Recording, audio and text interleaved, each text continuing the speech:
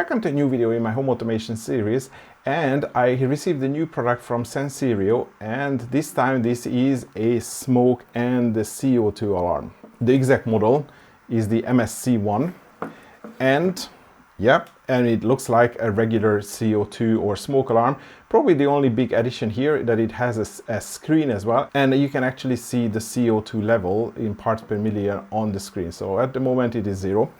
And this is the second device that I received from Sensereo. You can see the other one here, which is the MS1, which was just a smoke alarm, a reasonably annoying smoke alarm.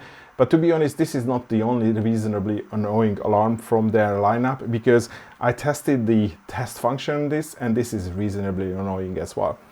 To be honest, I think this review is going to be fairly quick because honestly, you have these sensors, you set them up into Google Home or whatever Matter compatible system that you have at home, and it's just working. And whenever it detects smoke or CO2 in this case, it's going to give you an alarm. So you don't even have to do anything in the system, because the alarm is going to just come. It's going to start beeping very loudly, and as it says in the label, very annoyingly.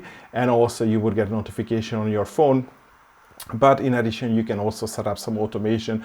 So if you know that the source of the smoke or the CO2 could be a device that you can control electronically, you can also have a smart plug which automatically disconnects whenever this detects either CO2 or smoke, and then you can potentially kill that device. I mean, if you have smoke or CO2, probably have other issues as well that you need to attend to immediately, but you can also mitigate some further developments with smart scenes or a smart automation like that.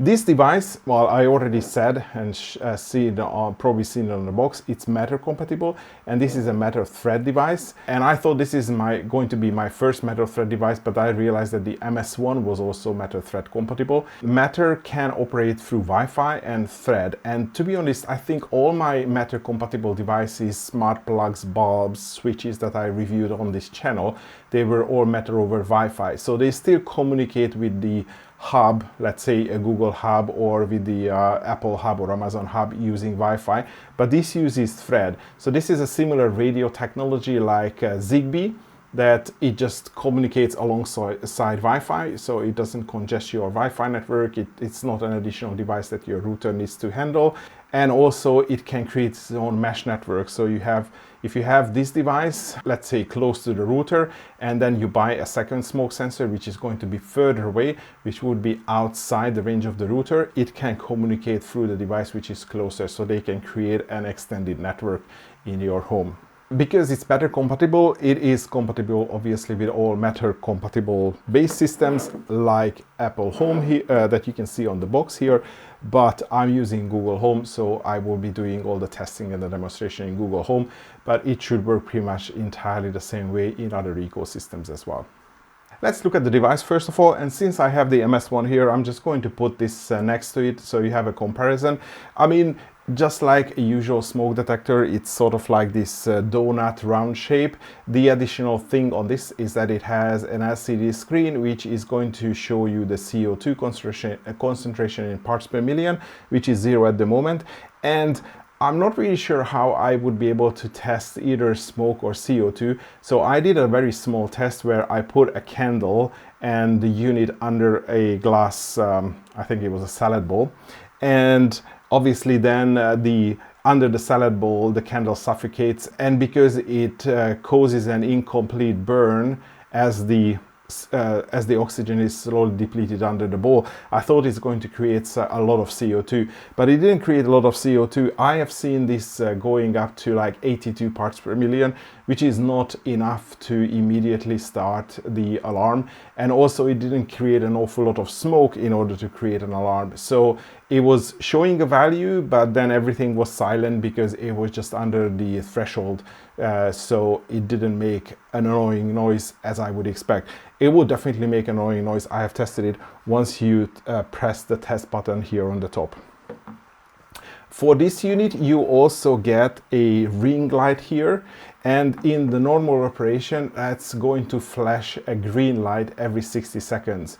So I'm putting this out because if you have this in the bedroom, that could be disturbing, and I haven't really found a way to switch this indication light off, and that's definitely something which is also mentioned in the documentation.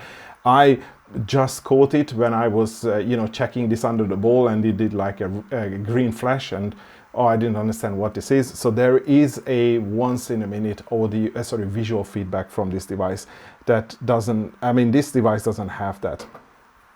On the back there is a replaceable battery, so this is a CR123A type battery. This battery is only responsible for the communication of this unit with the Matter network. There is a sealed battery inside which is going to last the lifetime of this sensor. And this unit, just like the MS-1, has a 10-year service life, so after 10 years you have to throw it out and then replace it with another unit. And you can also see here the different alarm settings for the various ppm CO2 levels. And by the way, you can also see that this is a photoelectric sensor, so it doesn't use a radioactive element like the old smoke sensors, but it works with some sort of photo sensors to detect smoke, and also, well, probably not CO2, that's a different sensor.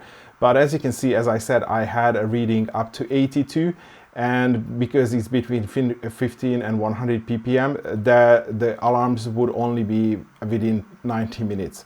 And besides the unit in the box, you also get a mounting plate. So it should be easy to screw it on the wall or on the ceiling, and then you can just put the unit on, and twist and lock. So it's you can see these locking pins, and so it is very easy to mount. Obviously you have these vent holes here, so those should not be blocked, just to make sure that the unit can operate correctly.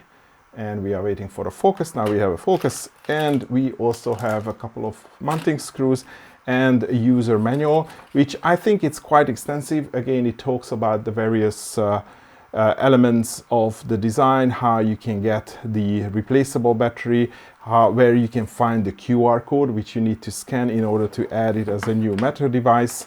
And also there is a bit of an operation, how to enter into test mode, how to test the unit, and there are some location placement suggestions.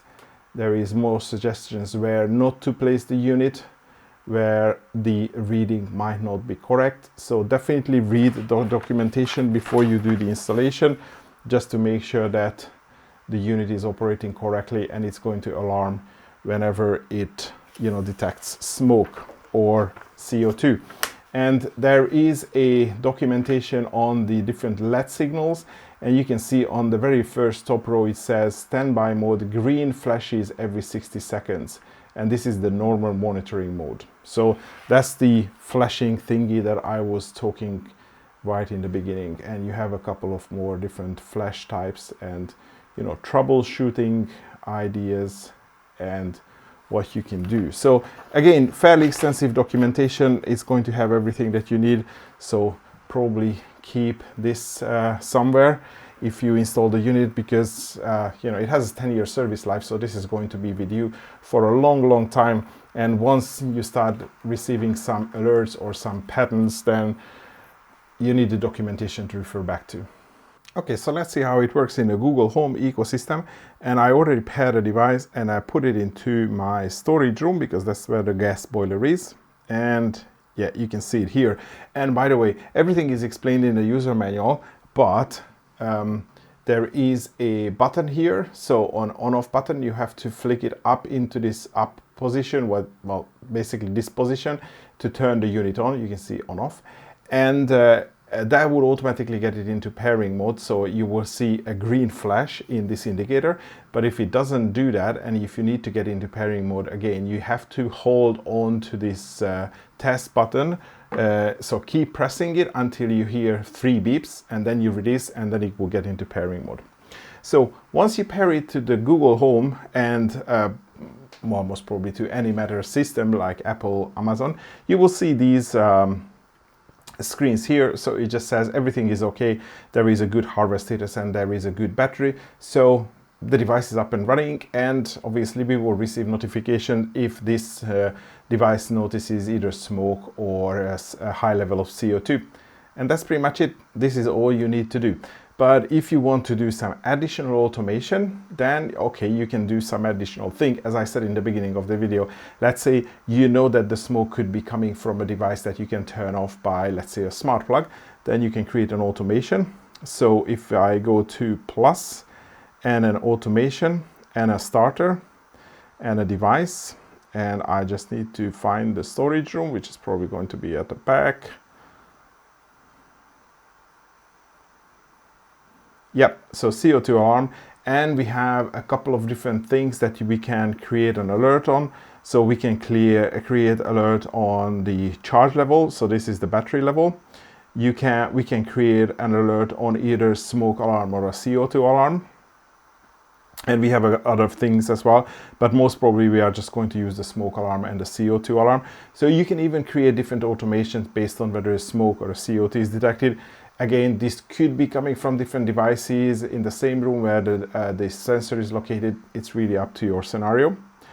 And you can also create one, there is like a separate smoke level, and there is a separate CO2 level. I did not ask Sensereo for this particular case, but for the earlier model, the MS model, there was also these different levels, which is sort of like a standard functionality in Matter, but they said that they don't support the various levels. So I would probably set up just the smoke alarm and the CO2 alarm. So you select this, so you create an automation based on if the express state is smoke alarm, so if the device detects a smoke, and then in the actions you can do something, and yeah, you can broadcast a message which is going to create an alarm on all your smart speakers. So even if you have a big house where you don't necessarily would hear this alarm, that's actually a good idea just to sound an alert or an audio message on all your speakers. Or you can do a device as well, which you can turn off, let's say a smart plug, if you know that this could be coming from an electric heater, for example. And this is how you would set up these automations for this device. And this concludes my review of this Sensereo Matter Thread compatible smoke and CO2 alarm.